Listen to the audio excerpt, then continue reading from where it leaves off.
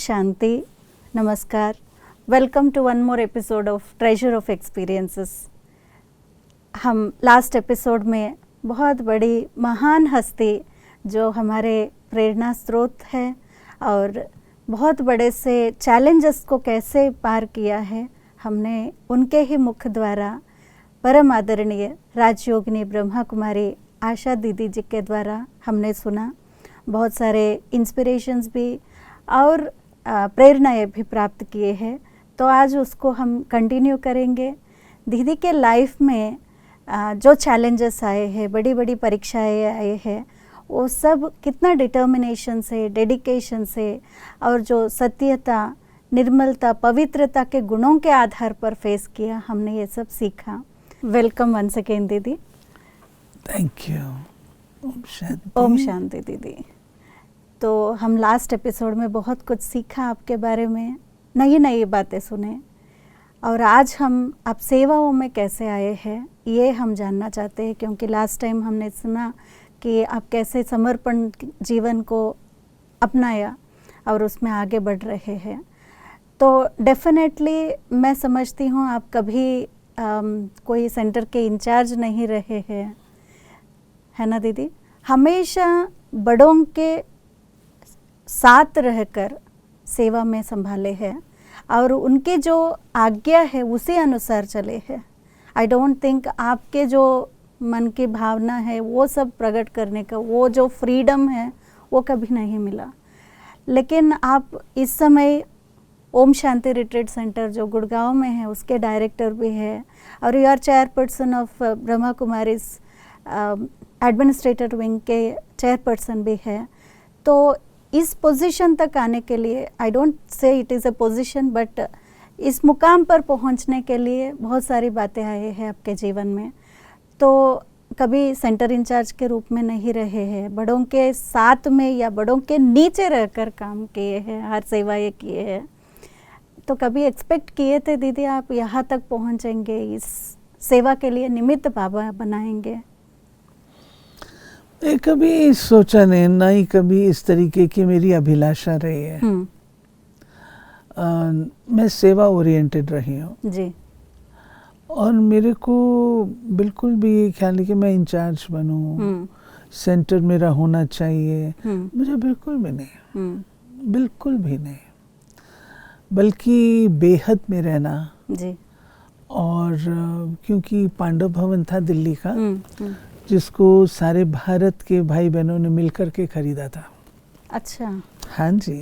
Okay. हमारे पास कोई building नहीं थी उस समय। ये पहली बिल्डिंग है यज्ञ की जो खरीदी गई है। और वो भी सारे भारत के भाई बहन। कितनी थी? 3.25 लाख। आज 3.25 लाख क्या है जी। लेकिन सबने मिलके खरीदी थी। तो उसके प्रति बहुत भावनाएं थी। तो दादी जी ने, दीदी जी ने, प्यारे बाबा ने मेरे को वहाँ पर रखा। मुझे कोई ऑफिस का ज्ञान नहीं था कि मैं तो कॉलेज वाली थी, पढ़ाने वाली थी, लेक्चर देने वाली थी। तो ऑफिस क्या होता है, ये होता है, ये मुझे कोई ज्ञान नहीं था। मैंने बिल्कुल स्क्रैच से सब कुछ सीखा है जी। सब कुछ सीखा है। कैसे ना नहीं किया कभी। अब नहीं आता है तो मेरे को बताते थे ऐसे करो। मीटिंग होती हैं, मैं तो कभी मीटिंग भी देखी नहीं थी। मीटिंग्स होती हैं, उसमें प्लानिंग होती है, उसमें ये होता है, तो मेरे को दीदी उसमें बिठाती थी। तो जैसे किसी को समुद्र में डाल दिया जाए तो अपने आप स्विमिंग करना सीखे अपनी जान बचाने के लिए। तो इस तरीके का वो फेज था। जबकि मेरे को बड़ों के बीच में मैं रहती थी, सबसे छोटी थी, लेकिन सीखने की प्रवृत्ति थी, आज्ञाकारिता थी, और बड़े जो कहें वो मुझे करना है। ऐसा नहीं है कि मेरे को ऑफिस का काम मिला तो नहीं। I was allrounder. मैं झाड़ू पोछे भी करती थी, घर की संभाल भी करती थी, सब कुछ करती थी। परंतु अपॉइंटमेंट्स लेना, फिर जाकर के उनसे मिलना, वो गुलजार दादी मेरी मेंटर रही। ओके जी। जब पांडव भवन में आई, पहले तो दादी शक्ति नगर में रहती थी, कमला नगर में। जब पांडव भवन बना तो ये हमारा भाग्य है कि हमें 3 दादियाँ मिली, गुलजार दादी, रमा शांता दादी और ऑलराउंडर दादी जी। और बड़े भाई मिले, ब्रिज मोहन भाई, जयप्रकाश भाई। तो ये लोग सब तो यज्ञ के बड़े महारथी थे, हम तो इनके आगे बहुत छोटे बच्चे थे। तो कैसे बेहद की बुद्धि रखनी है, क्योंकि पांडव भवन में सारे दिल्ली का हो गया ना, सारे दिल्ली का हो गया। दिल्ली तो क्या, सारे भारत का हो गया। दिल्ली भारत की राजधानी है, सबकी भावना दिल्ली में है। तो वो एटीट्यूड मेरा डेवलप हो गया बेहद का। तो मुझे इस सेंटर का लगता था बड़ी छोटी सी बात है, ये क्या बड़ी बात है सेंटर इंचार्ज।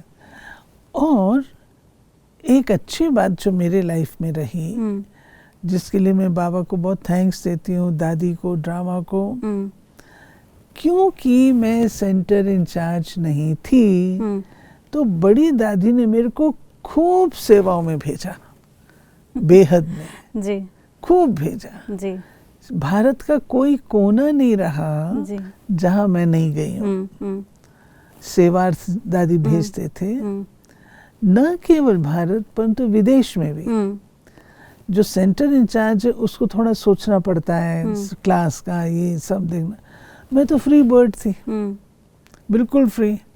तो मुझे उसका फायदा ये बहुत हुआ, कभी भी जाना है तो जाना है जी। आराम से चले आते थे, कोई बंधन नहीं, कुछ नहीं।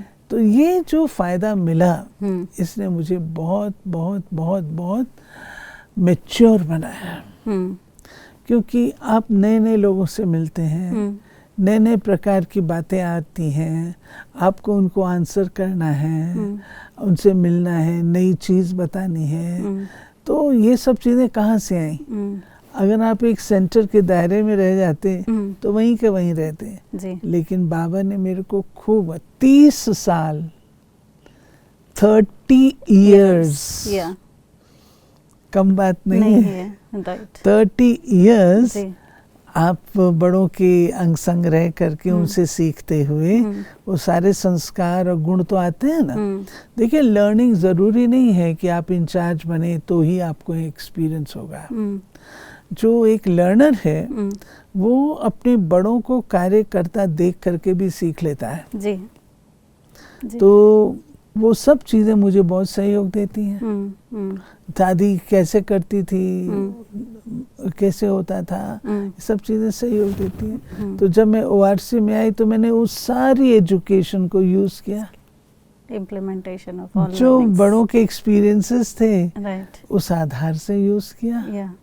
ठीक है, प्रैक्टिकल में करने में भी आया, लेकिन अनुभव में तो था ना। अनुभव ज़रूरी थोड़ी करके ही होता है, देख करके भी होता है। तो इट डिपेंड्स ऑन यू। तो मैंने भाग्य में इस तरीके की लर्निंग बहुत रही है और मैं बहुत खुश हूँ। I am totally satisfied. और मैं आपको एक बात और, मुझे सेवा का कोई ऐसा शौक नहीं है कि मैं ये करूँ ये करूँ ये करूँ, कोई शौक नहीं। I am contented, totally contented. अगर VIP सेवा देखी जाए तो जो MPs दिल्ली में, वो एक एक घर हमने कई कई बार विजिट करके उन लोगों को संदेश दिया है। चेंज होते रहते हैं, North Avenue, South Avenue, Vithalbhai Patel house, this खूब किया है। मिनिस्टर्स की कोई कसर नहीं छोड़ी मधुबन ले जाने में जी। या प्रोग्राम्स में लाने में। जितने प्रेसिडेंट हमारे टाइम पर आए जी, ज्ञानी जैल सिंह जी, संजीवा रेड्डी जी, उसके बाद जो भी वेंकटरमन जी, नारायणन जी, और कौन है, प्रतिभा पाटिल जी, अब्दुल कलाम जी, कोविंद जी, जितने प्रेसिडेंट, वाइस प्रेसिडेंट, मधुबन लेकर के जाना वो भी भाग्य था। तो दिल्ली से ही तो जाते थे, तो दिल्ली में इन सब की सेवा करने का भाग्य मिलता था। तो ये लोग सब मधुबन गए। हम से prime minister Narasimha Rao ji, Atal Bihari ji, LK Advani ji, ये कम बात थोड़ी है जी। तो चीफ जस्टिस जो कहीं नहीं जाते, chief justice of the supreme court, उनको लेकर के जाना तो कम बात थोड़ी है। तो टोटली जो सेवाओं में अनुभव हुए बेहद के, वो बाबा ने जो दिए वो इस सेवा में ऐसे बाबा ने काम में लगाया जी। और मुझे बहुत अच्छा लगता है जब मैं रेट्रोस्पेक्ट में देखती हूँ कि सब इतनी जो है सेवाएं हुई, कैसे हुई। अगर मैं सेंटर पर रहती तो शायद नहीं कर पाती। बेहद में थी तो आउटलुक बेहद का बन जाता है, एटीट्यूड बेहद का हो जाता है। You are not bound to any small shadows. No, not at all. Yeah. तो ये अनुभव से हमने सीखा कि जितना हम इंस्ट्रूमेंट के भावना से रहेंगे, सेवा के पीछे नहीं भागे, तो ऑटोमेटिकली इट फ्लड्स अस। हमारी गुलजार दादी थे ना जी, तो मैंने गुलजार दादी से बहुत कुछ सीखा। पहले VIP सेवा तो गुलजार दादी करते थे। हम लोग पास गाड़ी भी नहीं थी, नो कार, राइट, या पैदल पैदल हम लोग चलते थे। तो ब्रिजवन भाई के पास स्कूटर होता था, दादी के साथ पैदल चलते थे और भाई साहब फिर स्कूटर ऑटो रिक्शा लेके आते थे। लेकिन जब रास्ते में चलते तो दादी बातें करते थे, बताते थे। और जब मैं देखती थी दादी, क्योंकि जब दादी बात कर रहे हैं तो मैं तो चुप रहूंगी ना, दादी को देखूंगी दादी क्या बात करती है। तो दादी जब बात करते थे तो दादी हमेशा शिव बाबा का परिचय देते थे जी। और दूसरा, उनसे योग जरूर उनको कराते थे। ये दादी की विशेषता। और दादी बहुत स्वीटली बोलते थे। ज्ञान भी सुनाएंगे ना तो ऐसे सुनाएंगे जैसे कोई छोटी कुमारी सुना रही है, एकदम इनोसेंटली सुनाते थे। तो वो सब चीजें ऑब्जर्व की हमने। तो दादी से तो बहुत सीखने को मिला जी। दीदी जगदीश भाई भी थे जी। उनसे भी सीखने को मिला। ब्रिजमोहन भाई, कभी कभी बहुत डिफिकल्ट काम होता था, डिफिकल्ट काम, तो लेटर देना है, कोई ऐसा लेटर, तो कहते कौन देगा, आशा को दो, ये देगी, यही देगी। तो मेरे हाथ भी कभी कांप रहे होते थे, लेकिन क्योंकि इतने बड़े व्यक्ति से आपने बात करनी है, प्राइम मिनिस्टर राजीव गांधी से आपने बात करनी है, बात करनी है तो आपको कितना सोच समझ के बात करनी है। उनके पास तो टाइम ही नहीं होता, ऐसे फट फट फट फट जाते हैं। तो फास्ट आपको एक्यूरेट, बिल्कुल अप्रोप्रिएट बोलना है। वो सब चीज़ें ब्रिजमोहन भाई ने सिखाई। कैसे आपको क्या बोलना है, कितना बोलना है, किस चीज़ पे जोर देना है। जगदीश भाई ने निर्भयता से कहा, आप शिव शक्ति हो, आप लोग नहीं करोगे तो कौन करेगा। तो मेरे को कहते थे, जैसे भाषण के लिए बोलते थे, ये ओपनिंग बैट्समैन है। क्योंकि सेमिनार में भाषण होते तो बड़े बड़े भी होते थे ना, तो ओपनिंग बैट्समैन, सबसे छोटा बैट्समैन पहले जाता है। तो मेरे को ओपनिंग बैट्समैन बोला करते थे। और इसमें कहते थे VIP से मिलने के लिए, कहते थे इसको भर करके आप शेर के मुंह में डाल दो, ये चली जाएगी। ऐसे बड़ों की पालना। हाँ जी, opening batsman, he has the responsibility to set up the context. बहुत बड़ी बात है। तो अपने बड़ों के जो इंस्पिरेशन है, अनुभव हुए, वो भी अपने शेयर किए। और बता दो, मैंने स्टेपनी की तरह काम जी किया। दीदी, वही पूछने जा रही थी मैं कि आप कैसे देखा है हमने कि जैसे बताया आप 30 लॉन्ग ईयर्स आपने किया और आज तक भी वो सेवाएं देखते हैं कि ऐसा है। देखो बड़े बड़े होते हैं, है ना, हम बड़ों को क्वेश्चन नहीं कर सकते हैं। कभी कभी कोई ऐसी घटना हो जाती है, बड़े नहीं आ पा रहे हैं, अब आपको कहा जाता है अचानक कि आपको जाना है। अब सच्चाई की बात यह है, बड़ों को तो भाषण प्रिपेयर करने में टाइम नहीं लगता, छोटे को तो लगता है ना। लेकिन अब ये छोटे को अचानक बोला गया है, तो क्या करेंगे।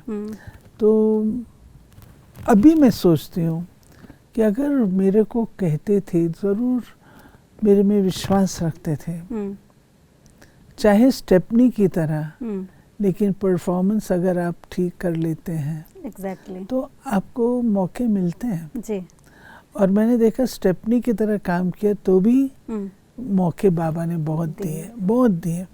सब बड़े बड़े जो थे कहते थे कि कन्या को ये अपकमिंग है, इसको चांस देना चाहिए। तो उनके मन में आया ना जी। तो नेवर से नो, कभी भी ना नहीं बोलो। मुझे पहले क्यों नहीं बताया, तो कुछ तो प्रिपेयर करती, अभी बता रहे हैं, मैं नहीं करूँ। ये अगली चीजें हैं, आपको आगे बढ़ने में रोक देंगे। से यस, फिर शक्ति भी तो बड़े देते हैं ना जी।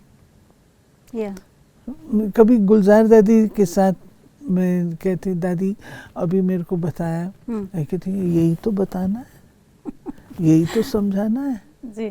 तो बड़े शक्ति देते हैं आपको। जिस समय आप भाषण करेंगे आपको प्रकाश देते हैं, आप महसूस करते हैं कि आप बोल रहे हैं, देखो दादी आपको देख रही है, तो आप प्रकाश दे रही है ना। तो योग्यता भी होंगे तभी तो बड़े बताते जरूर हैं जी। बाबा प्यारा कोई से भी करा सकता है, उसने मुझे क्यों कहा जी जी। किसी और को भी तो कह सकते थे। तो उनका विश्वास है, उनका प्यार है, तब तो आपको कहा ना जी। दीदी आप कोर्स कोऑर्डिनेटर भी है और क्रिएटर ऑफ बहुत सारे कोर्सेस है, जैसे माइंड मैनेजमेंट है, थॉट पावर है, लीडरशिप कोर्सेस है, स्ट्रेस मैनेजमेंट के कोर्सेस हैं। तो आप कभी सोचे थे ये सब कंटेंट जो प्रिपेयर करने के लिए या ये सेवाओं के लिए शुरू कराने के लिए बाबा ने जो यज्ञ में आपको निमित्त बनाया, क्योंकि जैसे हम पहले भी सुना कि कितने VIPs के सर्विसेज किए हैं, पॉलिटिशियंस के सर्विसेज किए हैं, कॉरपोरेट के सर्विसेज किए हैं, ये सब करने के लिए आप कितना मेहनत किए होंगे कोर्स क्रिएटर रहने के लिए। या तो ब्रह्मा कुमारी के जो कोर्सेज देखते हैं, टीचर्स ट्रेनिंग के कोर्स है, जो स्पेशली आप 1 वीक कोर्स को जो समझाते हैं, सिखाते हैं, हम आपसे ही सीखे हैं, आपसे ही ये सब लर्निंग किए हैं, तो उसमें कितना प्रिपरेशन चाहिए होता है? बहुत चाहिए, बहुत चाहिए। मैं बताना चाहूँगी कि जो टीचर्स ट्रेनिंग का कोर्स, ये जो ट्रेनिंग हमने की थी 69 में जी। उसको बेस बना करके और वो ट्रेनिंग हमारी A1 थी, तो उसको बेस बना करके ही सारी प्रिपरेशन की और उसकी तैयारी की। जो आज हम कोर्स कराते हैं टीचर्स का, वो थोड़ा वो हो गया है, लेकिन जो आज से कुछ समय पहले था हाँ।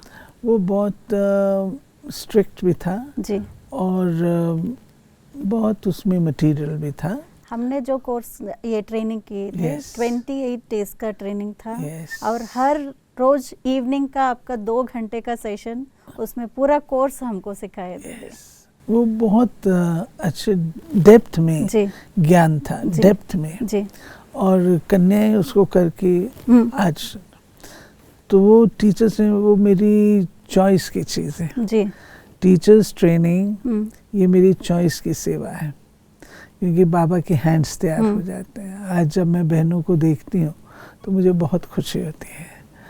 और दूसरा जो स्ट्रेस वगैरह के कोर्सेस हैं, इसमें हमें आदरणीय ब्रिजमोहन भाई की बहुत मदद रही, क्योंकि हम लिखते थे, फिर डिस्कस करते थे, फिर करेक्शंस करते थे, फिर लिखते थे, फिर जब प्रेजेंटेशन देते थे उसमें करेक्शंस होती थी, फिर वो इनकॉर्पोरेट करते थे। तो इसमें भाई साहब की बहुत मदद रही, उनका सहयोग रहा। और मैंने जो बेस बनाया वो बाबा की मुरलियों को बनाया, अव्यक्त बाप दादा के, उस बेस पर ये सारा स्टार्ट किया। तो वो बहुत अच्छा। तो ये सीखने की बात है कि बाहर बहुत सारे कोर्सेस आज है और उसका बहुत बड़ा हवा चल रहा है, लेकिन जो है अव्यक्त मुरलियों की बात, उसमें हर चीज़ आ जाती है। देखिए इसकी जो शुरुआत वो हैदराबाद से ही हुई जी। है।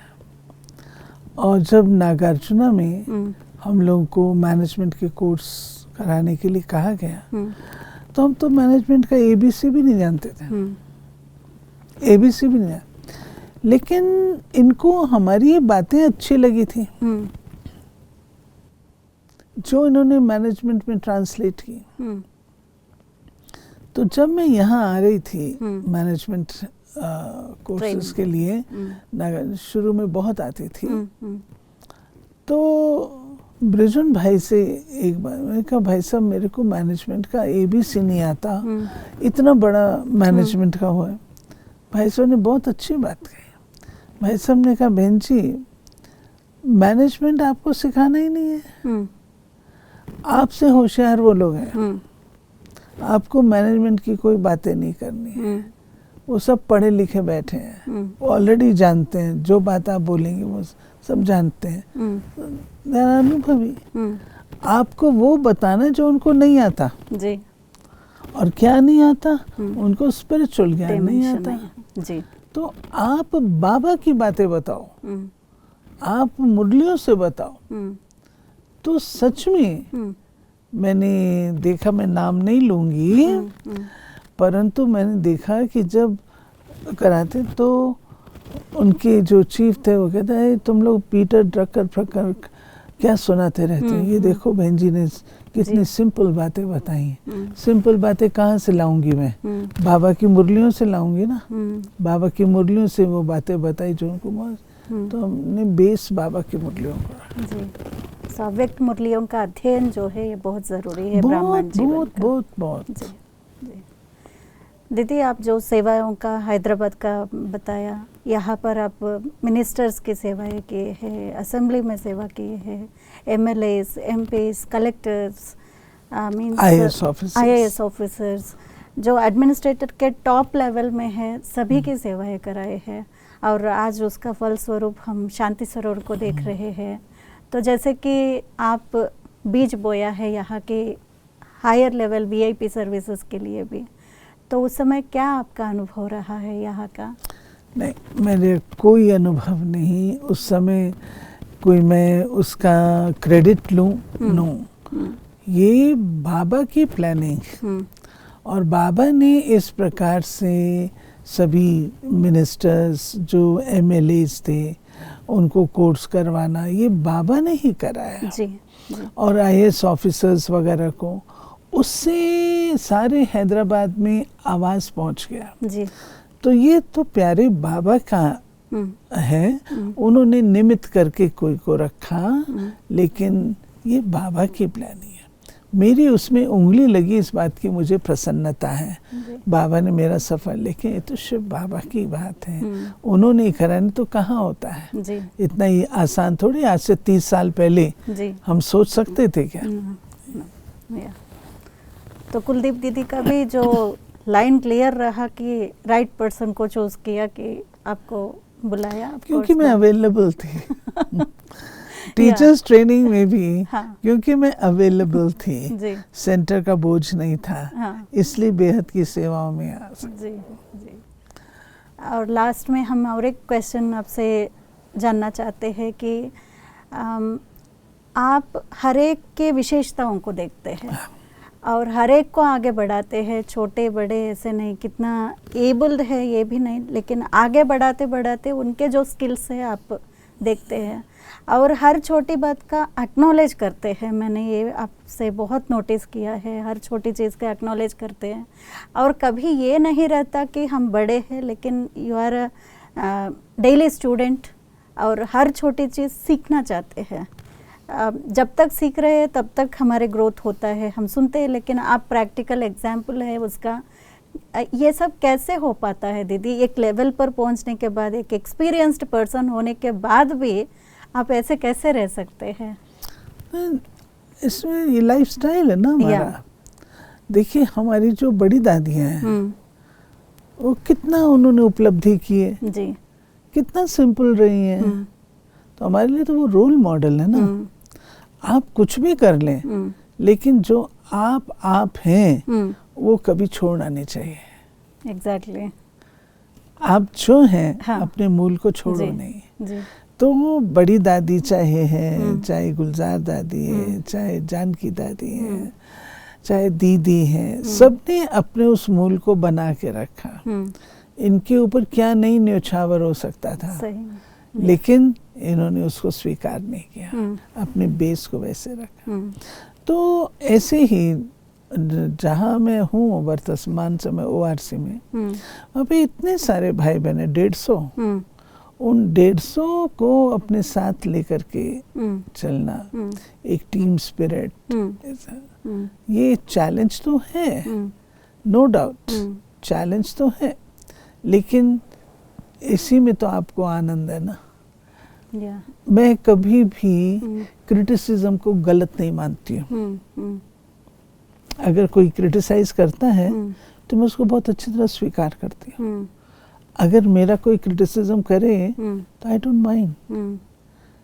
क्यों? कोई बात ऐसी है जो कि ठीक नहीं है, तब तो क्रिटिसिज्म हुआ, वो मुझे ठीक करनी है। तो पॉजिटिव एटीट्यूड टुवर्ड्स क्रिटिसिज्म। दूसरा, अगर कोई आपके लिए कुछ भी कहता है तो वो आपका शुभचिंतक है, बोल तो रहा है, लोग तो अंदर ही अंदर रख लेते हैं, सो व्हाट, अच्छा है, थैंक यू, थैंक यू। नहीं तो आपको अपनी करेक्शन कैसे पता लगेगी? सब आपकी वाह वाह करें तो आपकी करेक्शन कैसे पता लगेगी? जरूर कोई उल्टा बोले तब तो आप करेक्ट कर पाएंगे ना। How will you grow? तो अच्छा है, बाबा जो कहता है निंदा हमारी जो करे मित्र हमारे, वो बिल्कुल ठीक कहता है। हम अपने एटीट्यूड को बदल दें। तीसरी बात, बेहद में रहो, इनकम्पासिंग, सब हमारे, और ये मैं रखते हूँ, चाहे कोई कहाँ से भी आए। हम सिर्फ दिल्ली के थोड़ी हैं, मैं केवल ORC की थोड़ी। जब लोग कहते हैं ये ORC की हैं तो मुझे लगता है क्या है, बेहद से हद में डाल दिया। नहीं, विशाल, हम हैं ही बेहद के, ये बात। फिर इसके साथ साथ जो इधर उधर की बातें, फूल कहाँ खिलता है कांटों के बीच में, तो आने दो, हम सतर्क रहेंगे, जागरूक रहेंगे। कोई ना कोई ऐसा होना चाहिए जो आपके लिए कुछ ना कुछ बोलता रहे, ताकि आप ठीक रहेंगे। तो ये सब चीज़ें, इसको अगर हम बाबा की मदद कहें एक रीति से तो अच्छा होगा। और बाकी सेवा तो होती है, बाबा अपने आप कराता है। बाबा कहता है स्थिति को अपने ठीक रखो। तो आजकल जो ध्यान है वो हमारा स्थिति पे जाना चाहिए। एक समय था मैं फेलियर को बिल्कुल एक्सेप्ट नहीं करती थी। अगर किसी कॉन्फ्रेंस में कोई VIP नहीं गए तो मैं कहती थी मैं नहीं जाना कॉन्फ्रेंस में, आबू नहीं जाना। तो बड़ों ने सिखाया ये गलत बात है। अगर अच्छा हो गया तो मैंने किया, और गड़बड़ हो गया तो नहीं। ये आप जो मैंपन लाते हो, मैंने किया, ये ईगो जो आपका आता है, ये गलत है। बाबा ने किया, गया तो भी बाबा, ना गया तो भी बाबा। आपके मन में ये रहना चाहिए। ये नहीं गया तो मैंने किया, नहीं गया तो उसका भाग्य है, आप क्यों डिस्टर्ब होते हो? तो ये बातें धारणा की जो बड़े सिखाते हैं सेवा के क्षेत्र में, कभी भी आपको सेवा में उपलब्धि हो, प्रारब्ध मिले, स्वीकार नहीं करो। बाबा मम्मा ने स्वीकार नहीं किया, दादियों ने स्वीकार नहीं किया, आपको भी स्वीकार नहीं करना है। प्रभु प्रसाद प्रभु को अर्पित कर दो। बाबा आपके कारण से ये मिला, आपको ये अर्पित है। आप खुद को बहुत निमित्त, निर्माण बना करके चलाना, बहुत। जब आप ये एक्सेप्ट कर लेते हैं मैंने किया, वो अहम गिरा देते। दीदी, जो क्लास में सुनने की बातें हैं वो अलग है, लेकिन जो प्रैक्टिकल में वो सबका सार जो है आप है।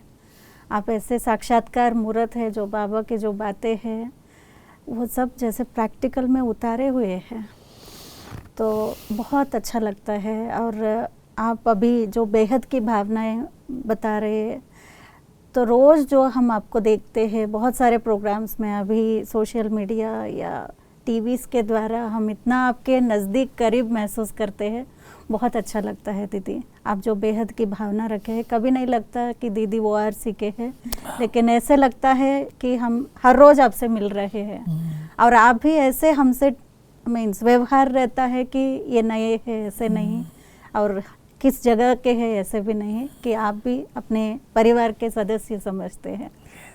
तो ये सब जो है बाबा के जो महावाक्यों का, जो शिक्षाओं का स्वरूप है, सार है आप।